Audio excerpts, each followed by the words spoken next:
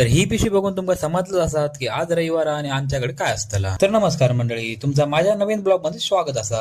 तर दुकानदाराक काहीतरी वाटण्यासाठी यांना निवडून भाजी घेतल्यान भाजी घेतलो आणि आम्ही गेलो पुढच्या दुकानावर चिकनाक लागणारा थोडा सामान घेतलो आणि आम्ही निघालो रूम वर जाऊ. तर आपल्या सोबत असा गण्या उर्फ गणेश, आपलो खास माणूस. तर हिल्याबरोबर पहिल्यांदा कांदो आणि टमाटो त्यांना चिरूक घेतल्या आणि कांदो तो कापी होतो आणि डोळ्यात पाणी माझ्या येत होता. तर गणो बोललो, तू काय फक्त फुकटचा खातलं का, तू पण जरा काहीतरी कर. म्हणून मी घेतलंय चिकन सुट्टी करून झाल्याबरोबर आम्ही त्याला धुवून घेतलो. धुवून झाल्याबरोबर त्यांनी आणलेले सगळे असलेले नसलेले सगळे मसाले बुतूक चालू केले. मसाले टाकून झाल्यावर बोलता की याच्यात थोडी कोथिंबीर पण टाकू काही. कशाक विचारलं तर त्याका माहिती नाही होता. सगळं टाकून झाल्यावर आता टाइम होतो तो म्हणजे त्याका मिक्स करूचो.